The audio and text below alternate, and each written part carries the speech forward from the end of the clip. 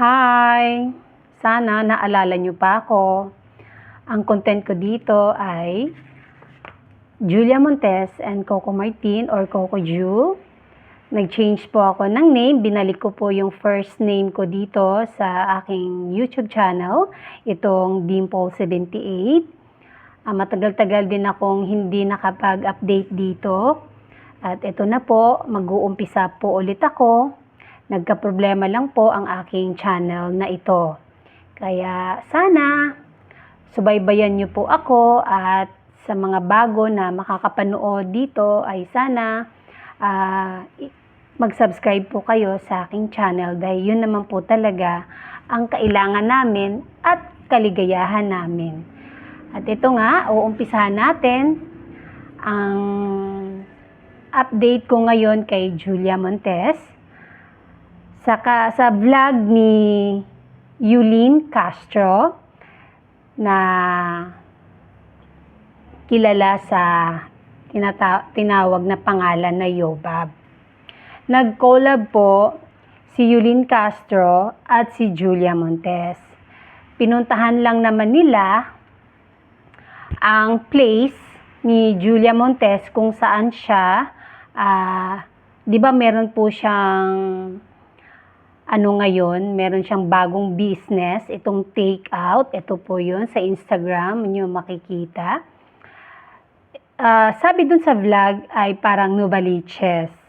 So, aside pala sa take out, ay merong iba pang business si Julia Montes. Itong reservation siya. Kailangan tawag nito, magbale, pag nagpa-book ka doon, si Julia Montes mismo ang magluluto ng inyong mga order. Sa kanyang Instagram account niya ay i-share niya ang napakahabang table. Tapos, ang caption niya dito, sabi niya, where conversations are shared and meals are made with love. Welcome to our table, crafted for connection, styled for warmth. Ito ang bagong business ngayon ni Julia Montes. Maximum lang ito for 10 people. Sabi nga niya, sana kailangan niya talagang isingit ito sa kanyang mga schedule para magampanan niya itong bagong business niya na magki-cater siya ng 10 people. Siya po mismo ang magluluto. Uulitin ko lang, bumalik pala ako. At dito nga sa vlog ni Yulin Castro ay napag-usapan nila syempre about sa negosyo ni Julia Montes at yung mga ihahain niya. At bago sila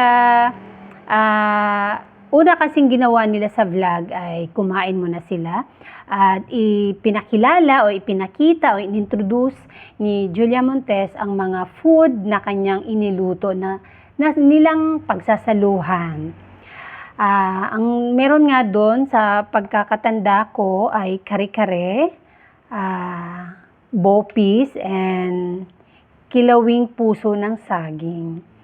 Yung daw yun, recipe daw ni Lola Tinding. Yun yung lola ni Coco Martin. Tsaka hilig, favorite daw yun ni Coco Martin, yung niluto niya yung mga kare-kare, bopis, tsaka yung kilawing puso ng saging. Sabi nga niya ni Julia Montes, yun daw ang language of love nila ay ang food. Mahilig daw talaga kasi sila kumain. And then, yung isang business unang inilaunch ni Julia Montes, yung take out, ay more on dim sum po yun. Talagang siya doon. Nakaantabay po talaga. Siya po mismo po talaga ay abala doon sa kanyang business. Kaya pag umorder kayo, punta lang kayo sa Instagram account ng Takeout.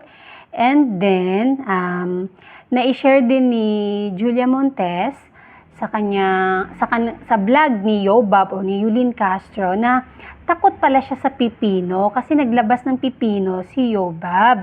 Kasi nga, syempre, nasabihan siya na si Julia Montes pala ay ayaw niya ng pipino. At dito nga, ibinahagi ni Julia Montes kung bakit ayaw niya sa pipino. Dahil daw, ang pipino ay amoy surot. Kaya naman natanong ni Yulin, paano po nyo nalaman na amoy surot? Ngayon, ipinaliwanag niya. Dahil nung siya ay bata pa, meron daw siyang pinakagusto na sofa. Doon daw talaga siya natutulog. Parang nagkaroon daw pala yun ng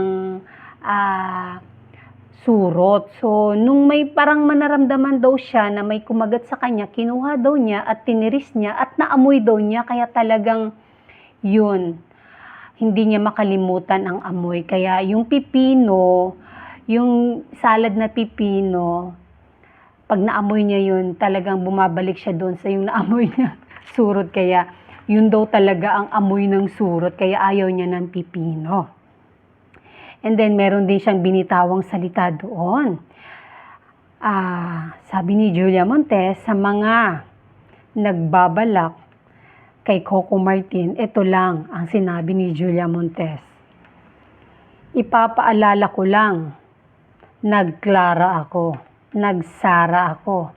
Ano pa bang mga kontrabidang ginawa ko? Lahat yon pwedeng maging ako in one day. Subukan niyo pong magkamali. Lahat po ng mga inaral natin sa buhay, ia-apply natin. Dito ako natawa. Ibig sabihin, walang makakaagaw kay Coco Martin dahil si Julia Montes ay palaban.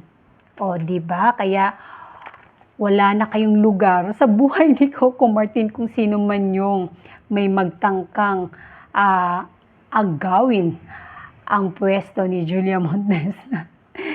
Dito nga ay nagulat si Yobab sa sinabi ni Julia Montes dahil nga naman kontrabida siya doon sa Clara at sa doble cara, no? Naging Sara siya doon, grabe siya doon. Pwede daw niya gawin yun in one day at lahat daw natutunan niya ay i-apply niya.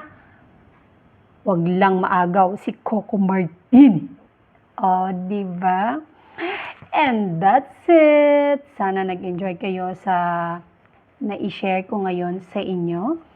At sana abangan nyo pa ang mga susunod kong update tungkol kay Julia Montes and Coco Martin. Thank you for watching. Bye! Thanks for watching. Subscribe and like. Don't forget to comment down below.